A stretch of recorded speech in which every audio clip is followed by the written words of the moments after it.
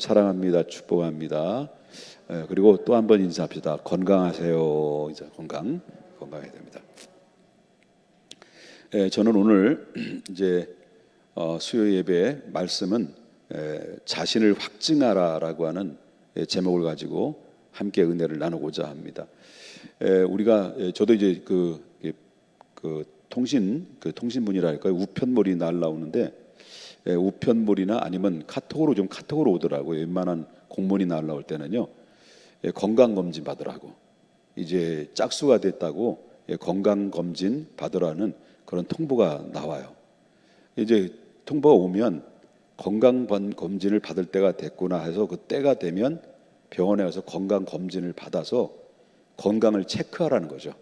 혹시 또 질병을 걸린 적이 없는가, 없었던 병이 생기지 않았는가, 몸 상태는 어떤가, 이런 부분들을 건강검진을 통해서 이제 자기 자신의 건강 상태를 체크하라는 그런 의미에 두고 있다는 것을 이제 보게 되죠. 이제 건강검진을 받아야 되는데 싫다는 거예요. 나 건강하다고요. 나 이 정도면 아무런 문제가 없다. 건강 문제만큼은 자신 있다라고 이게 장담을 하는 사람들이 이제 병원에 건강검진을 1년, 2년, 아니 10년 동안 건강검진을 안 받은 사람도 있어요. 그러다가 턱턱 이제 건강에 문제가 발생이 됐을 때 그때는 돌이킬 수 없는 그런 큰 중병이 걸려가지고 결국 이 세상을 떠나는 그런 사람들도 많이 발견하게 됩니다. 우리 가족 얘기해서 죄송합니다만은 우리 가족의 우리 작은 형님도 이 건강의 문제에 대해서 좀 자신을 자만을 했었던 것 같아요. 그냥 건강검진을 몇 년 동안 안 받은 거예요. 그 어느 날 고열이 생긴 거예요. 고열이 생겨가지고 막 이상하다고 해서 버틴 거예요. 버티고 견디고 또 견디고 그렇게 하다가 결국은 심장이 망가졌어요. 심장이 망가져가지고 그래서 심장을 이식 수술을 했어요. 어떤 거냐면 그 소심장이 있죠. 소심장을 이식 수술했어요. 지금까지 거의 한 7, 8년 정도 되는데 지금 생존해 계시고요. 72세인데 73세네요. 73세가 되시는데 지금도 건강하게 유지를 하는데, 이건 뭐냐면 몇 대마다 건강의 문제를 체크하고 건강검진을 때 내 문제가 없는가를 체크하면 이렇게 큰 중병이 걸리지 않고 건강을 유지하는데, 그걸 준비하거나 체크하지 않으면 커다란 문제가 발생되는 경우가 있었다는, 저 같은 경우도 그렇습니다. 저도 병원 가는 걸 너무 싫어해요. 내가 어느 정도까지냐면 간 수치가 40이 정상인데 2000까지 올라갔어. 제가 이제 간이 이제 녹아가지고 거의 녹기 일보 직전에, 그래도 병원에 안 가고 버팅이고 막 어다다다 떨면서 오한에 그래서 버티고 있었던 사람이 저희 곰탱이 같은 이 김 목사예요. 그러니까 건강 문제에 대해서 우리 자만해서도 안 된다는 것을 보는 것은 왜 이러냐면, 어찌만 우리가 어떻게 이 건강 문제만 점검하고 체크해야 되냐는 거예요. 우리 믿음의 사람들은 어떤 사람들이냐면요, 영적인 사람들이잖아요. 영적인 사람들은 내 신앙의 상태가 어떤가를 늘 우리는 점검해 볼 필요성이 있다라고 하는 것을 오늘 이야기하고 싶은 거고요. 바울 사도가 이제 고린도 교회 성도들에게 오늘 본문에도 그 얘기를 하고 있는 거예요. 너희들 자만하지 마라, 까불지 마라. 너희 자신을 돌아볼 필요성이 있다라는 그런 메시지를 통해서 이 고린도 교인들에게 이렇게 권면하고 경고의 메시지를 전하는 거예요. 다시 한번 볼까요? 너희는 믿음이 있는가, 믿음 안에 있는가, 너희 자신을 시험하고 너희 자신을 뭐라 그럽니까? 확증하라, 이렇게 말이 나와요. 자, 이 시간에 우리 자신을 확증하라고 하는 이 말씀이 본문의 총 주제라고 이제 할 수가 있는데요.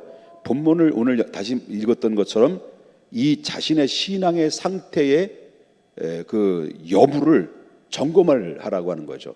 내 신앙의 상태는 어떤가? 내가 지금 하나님 앞에 올바로 서 있는가, 아니면 내가 하나님을 멀리 떠나 있는가라는 내 신앙의 상태를 늘 점검하는 그런 점검이 중요하다는 것을 이야기할 수가 있다는 거죠. 그래서 이 점검하는 방법은 뭐냐면 이거예요. 어떻게 점검하냐 이제 말한다면, 우리가 그리스도의 지배를 당하고 있느냐, 내가 그리스도에게 지배를 당하고 있느냐, 아니면 내가 스스로 정말 주님의 역할을 내가 그리스도를 외면한 채 내 스스로 주님의 역할을 내가 감당하느냐, 이것을 우리가 이제 보게 된다라고 하는데요. 이 본문에 나오는 말씀은 너의 자신이 믿음이 있는가를 시험해서 확증하라고 하는 이 말씀은 그때 당시에 불신자들에게 해당되는 말씀이 아니다라고 하는 거예요. 누구에게 해당되는 거예요? 성도들에게 해당되는 얘기예요. 그 내 자신이 믿음이 있는가 시험해서 너 자신을 확증하라는 말은 불신자가 아니라 고린도 교회 성도들에게 하시는 말씀이다라고 볼 수가 있는데, 그러면 우리도 동일하죠. 동일한 겁니다. 우리가 하나님의 자녀가 됐고 하나님 백성으로 살아가는데, 여기에는 김원봉 목사도 있고 여기 장로님들도 계시고 권사님들도 계시고 신학생들도 있고 우리 부교육자들도 다 계십니다. 우리가 주님 앞에 나아갈 때까지, 주님 앞에 서는 그날 때까지 우리는 항상 내 자신의 신앙 상태를 점검하며 살아야 된다. 체크하고 살아야 된다. 건강검진을 받듯이 날마다 내 자신을 돌아보고 내 영적인 상태가 어떤가 하는 것을 체크하며 내 자신을 경각심을 계속 갖지 않으면 우리의 믿음이 어떤 상태로 바뀌어지게 되냐고 한다면, 고린도 교회가 외식으로 바득한 거예요. 외식, 형식과 외식으로 빠져들었던 것처럼 우리 자신도 모르게 외식과 형식에 사로잡혔지, 무늬만 그리스도인이지 내 안에는 그리스도인이 아닌 사람으로 살아갈 수 있는 확률이 높다. 우리가 점검하지 않으면. 그래서 늘 점검할 필요성이 있다는 것을 보게 되는 거죠. 여러분 알다시피 교회 안에는 정말 하나님의 성도님, 여러분 다 하나님의 그리스도인들이고 하나님의 성도지만은 교회 안에는 다 하나님 앞에 믿음의 백성들이 아니다고 하는 거예요. 그리스도의 이름으로 모이면 다 성도라는 이름을 부르고 있지만은, 그러나 구원받을 자가 있고 구원받지 못할 자도 교회 안에 있을 수 있다라는 것을 알아야 된다라고 하는 것입니다. 여러분 알다시피 아브라함이 이삭을 낳고 이삭이 누굴 낳아요? 바로 야곱과 예서와 야곱이 낳았잖아요. 같은 집에서 살았어요. 같은 집에서 똑같이 살았는데, 바로 이삭의 밑에 두 아들이 같은 형제로 살았는데, 놀라운 사실 결과로 볼 때는 누가 성도가 됐고 누가 불신자가 됐느냐, 똑같이 영적인 가정에 태어난 거예요. 근데 에서는 불신자가 됐고 야곱은 성도가 됐어요. 신자가 됐단 말이에요. 그렇기 때문에 우리가 똑같이 교회를 다닌다고 해서 우리는 하나님의 백성이다라는 그런 문의를 가지고 있지만, 그러나 교회 안에서는 다 그리스도인이 아니다라는 거죠. 신자도 있을 수 있고 두 분류 난다면 불신자도 있을 수 있다는 것을 우리가 보게 된다라는 거죠. 여러분 출애굽기에서 보게 되면 선민들이 나왔어요. 40년 동안 광야 생활을 했어요. 40년 동안 광야 생활을 하는데, 그런데 선민으로 부름받은 이 백성들이 광야의 40년 동안에 상당수가 하나님을 불신했어요. 하나님을 의심했어요. 하나님을 원망했어요. 그리고 오히려 하나님의 선민이 아닌 이방인들보다도 더 악한 모습으로 하나님을 시험하고 하나님 앞에 악행을 저질름으로 말미암아 결국 어떻습니까? 그들은 광야에서 더 죽어버렸어요. 그러면 여러분 이제 신약에 들어와서 보게 되면 예수님께서도 이런 말씀했어요. 마태복음 13장에 나오는 말씀에 보면 뭐라고 말하냐면, 곡식과 함께 자라는 가라지는 추수 때까지 그냥 두신다는 거예요. 그러니까 무슨 말이냐면, 주님 재림할 때까지 교회 안에는 얼마든지 가라지도 있고 쭉종이도 있고 알곡도 있다라는 거예요. 근데 그대로 두는 거예요. 그대로 둔다라는 거예요. 그래서 바로 뭐냐면 산자와 죽은 자를 심판하는 그때까지는 우리가 구분을 할 수가 없는데, 그러나 우리는 바로 뭐냐면 이 안에서 그렇기 때문에 내 자신이 신분은 하나님의 백성인데 내 삶은 어쩌면 내 신앙의 영적인 상태를 점검하지 않으면 가라지 같은 삶을 살아갈 수 있는 가능성들이 있는 사람들이다라는 거예요. 그러니까 우리가 담임 목사도 영적 관리를, 자기 관리를 안 한다고 한다면 우리도 목사는 문이지만은 타락한 목사가 될 수도 있는 거예요. 얼마든지 우리의 삶의 주변에는 그런 환경 속에 노출되어 있기 때문에 영적으로 무너질 수도 있다라고 하는 거예요. 그렇기 때문에 우리는 절대로 자만해서는 안 된다라는 것을 우리가 보게 된다라고 하는 거죠. 믿습니까, 여러분요? 그래서 이 마태복음 22장의 14절에 나오는 말씀을 보면은 청함을 받는 자들이 많은데 택함을 받는 자들이 적다라고 말한 것처럼 우리가 주님 오실 그날 때까지 믿는다고 하는 사람이 수두룩하게 이 세상에 많이 존재하고 있지만은 그러나 정작 마지막 때 하나님 앞에 부름받을 수 있는 신분은 정말 얼마나 있을까라고 하는 것을 보게 될 때, 그래 주 예수여 오시옵소서라고 마라나타 하면서 예수 그리스도의 재림을 기다리면서 오늘 저와 이의 소망 중에 살아가는 게 중요하다. 여러분, 오늘 이 시대는 말세라고 합니다. 그죠? 말세라고 하는 거예요. 말세 시대에 우리가 살고 있습니다. 언제 주님이 오실런지 몰랍니다. 그런데 오늘날 이 삶을 살아가는 이 현대의 시대는 너무나도 우리가 걷잡을 수 없을 만큼, 따라갈 수 없을 만큼, 종잡을 수 없을 만큼 상당한 그런 이 변화가 급변하는 시대 속에 우리가 살고 있습니다. 여러분, 언제 보니까 AI 기능이 가정부가 들어온 가정부를 사야 되는 AI 기능을, 로봇 기능이 들어온 거 가정에 둔 거예요. 그 딱 버튼만 누르면 정확한 시간에, 아니면 원격 장치, 외국에 있어도 원격 장치를 버튼만 누르면 야 AI 양, AI 군, 이 마이크를 통해서도 지시를 하는 거예요.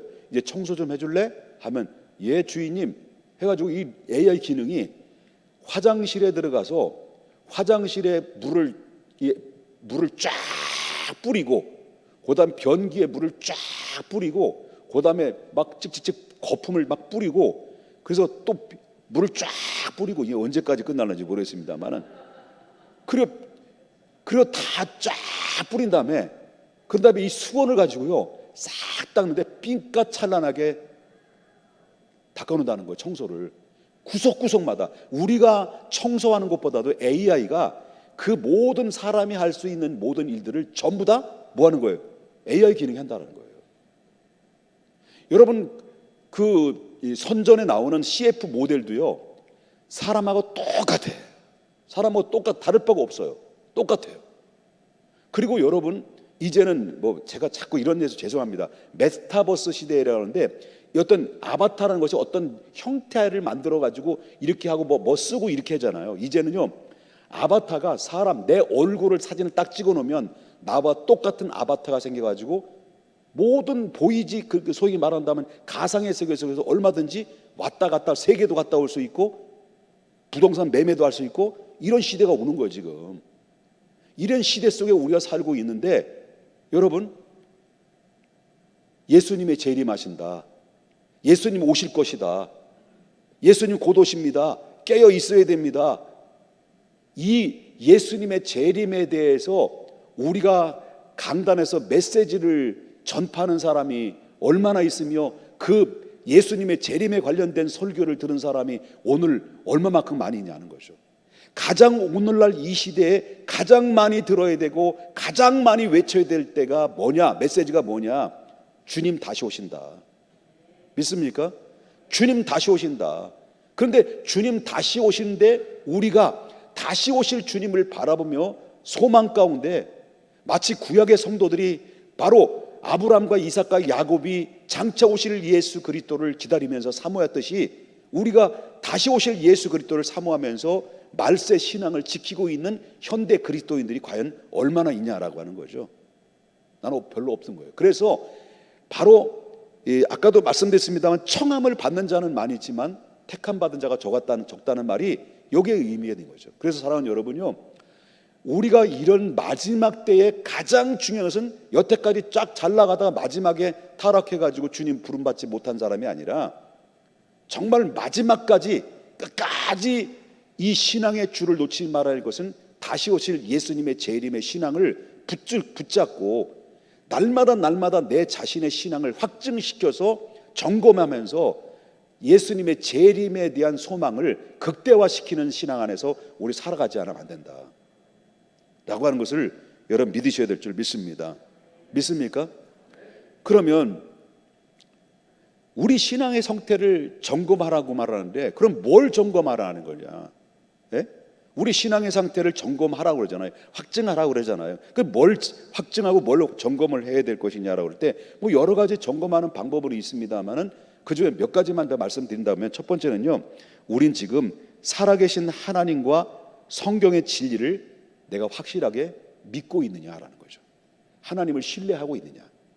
그분이 들려줬던 이 성경의 말씀 66권을 우리가 그 진리로 내가 믿고 바라고 소망 중에 기뻐하고 있느냐라고 하는 거예요. 이걸 우리가 물어보는 거예요, 내 자신을. 이게 무슨 말이냐면, 야, 너 김옥복, 너 김목사, 너 목사 맞아? 난 목사지. 그렇다면 너는 과연 하나님이 너의 안에 계셔? 너는 하나님을 믿어? 김옥복, 난 목사인데? 그렇지만 난 냉정하게 다시 한번 질문하고 싶어. 너 하나님을 믿어? 오늘 밤 이 세상에 떠나면 천국 갈 수 있어? 라는 이 질문을 던질 때 어쩌면 나는 갈 수 있지라고 분명히 대답을 할 수 있는데, 내 삶의 꼬라지를 보면 하나님 앞에 목회자다운 삶을 살아가기보다는 너무 멀리 떨어져 있는, 하나님이 원하지 않는 상반된 삶으로 우리가 살아갈 때가 있기 때문에, 내 자신의 영적인 상태를 나에게 질문하지 않으면 그런 내 자신조차도 도전을 받을 수 있는 기회가 없다라는 거예요. 늘 우린 질문해야 되는 거예요. 너의 정체성이 뭐냐? 너는 목회자인데 목회자의 정체성이 뭐냐? 장로님의 정체성이 뭐냐? 권사님의 정체성이 뭐냐? 신학생들의 정체성이 뭐냐? 이걸 분명히 물어보고 내 자신을 점검하고 내 영적인 상태가 어떤가라는 것을 체크하고 있을 때 내가 긴장을 풀지 않고, 그리고 내 안에 남아있는 신앙의 양심이 하나님을 두려워하는 마음을 갖게 되고, 내 자신을 돌아보고 믿음으로 반듯하게 살 수 있는 기회가 된다라고 하는 것을 보게 된다는 거죠. 내 안에 하나님이 계시냐? 내 안에 하나님이 나와 함께 하시면 믿어? 라고 질문을 던졌을 때, 나는 과연 내 하나님이 나의 안에 계신가? 내가 하나님 안에 있는가? 우리가 늘 질문해 볼 필요성이 있는 거죠. 그리고 우리가 하나님이 말씀하셨던 그 말씀이 진리로 받아들이고 있느냐?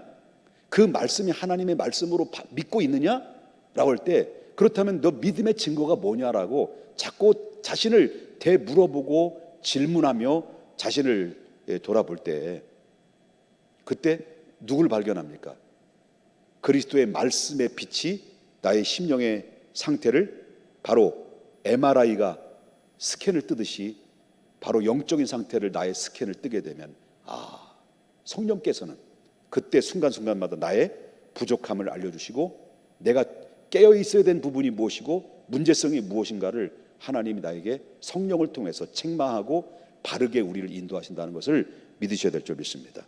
또 한 가지인데요, 두 가지를 다 했어요. 한꺼번에 이제 하나만 남았는데, 그렇다면 내 속에 그리스도가 살아계셔서 나를 지배하고 있느냐? 내 속에 그리스도께서 살아계셔서 나를 지배하고 있느냐? 내가 주님께 지금 복종하는 삶을 살아가고 있느냐? 주님 말씀하옵소서, 내가 당신의 말씀을 순종하겠습니다라고 하는 순종할 수 있는, 그 말씀대로 살아갈 수 있는 종의 마음으로 준비된 삶을 살아가고 있느냐? 이걸 한번 우리 상태를 점검해 볼 필요성이 있다라고 하는 것입니다. 성도들은 이 땅에 살아가면서 너무나도 연약하기 때문에 넘어지기도 하고 쓰러지기도 합니다. 우린 실패하기도 합니다. 그러나 하나님이 우리 안에, 다시 말한다면 마음속에 하나님을 두려워하는 양심이 살아있기 때문에, 그래서 결국은 어떻습니까? 다시 그 가책을 느끼게 되고, 그리고 이 양심이 살아있기 때문에 하나님의 두려운 마음이 돼서 다시 나를 하나님 앞에 바로 설 수 있도록 나아가게 하는 것은 뭐가 아직도 살아있기 때문에 그렇다는 거예요.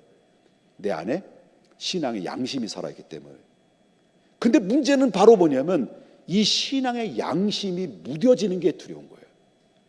그래서 저와 여러분이 늘 기도해야 되는 것이 내 양심의 심령이 무뎌지는 것처럼 이 무뎌지는 것을 두려워하고 하나님 앞에 내 안에 정직한 영을 새롭게 해달라고 내 자신을 쳐서 날마다 주님께 복종하는 그런 믿음의 행위가 절대적으로 필요하다라고 하는 거죠. 그래서 사도 바울도 뭐랍니까?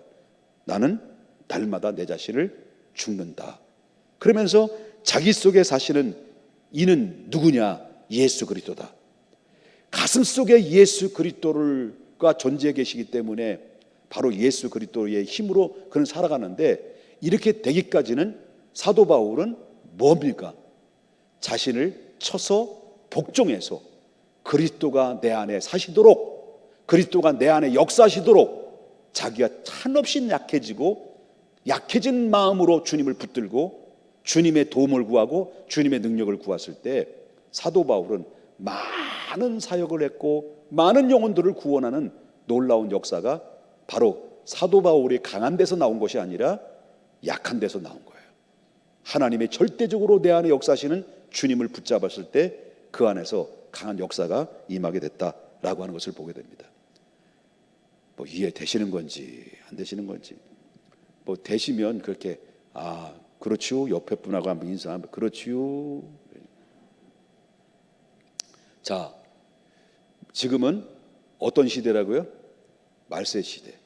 주님이 오실 때가 가까운 시대 속에 살고 있는데, 우리 주님이 오실 때 내가 주님이 날 이름을 부를 때 두 손 들고 마라나타 주 예수여 오시옵소서라고 주님을 기쁨으로 맞이할 수 있는 하나님의 사람이 되기 위해서는 그때까지는 우리는 어떻게 돼요? 내 자신이 믿음을 있는가를 날마다 시험하고 내 자신을 확증하는 점검이 필요하다. 점검하지 않으면 언제 어느 때 자만에 빠지다가 결국 큰 중병이 걸려서 돌이킬 수 없는 단계까지 이를 수가 있다. 그래서 날마다 그러기 위해서는 자신을 쳐서 복종하고 하나님의 살아계신 주님의 음성 앞에 날마다 내가 주님의 음성을 듣고 바로 신앙의 양심으로 하나님 깨어서 주님 마지막 때 우리 모두가 주님의 이름이 나를 불러주는 그런 주인공들이 모두가 될 수 있기를 주님의 이름으로 축원합니다. 기도하겠습니다. 거룩하신 하나님,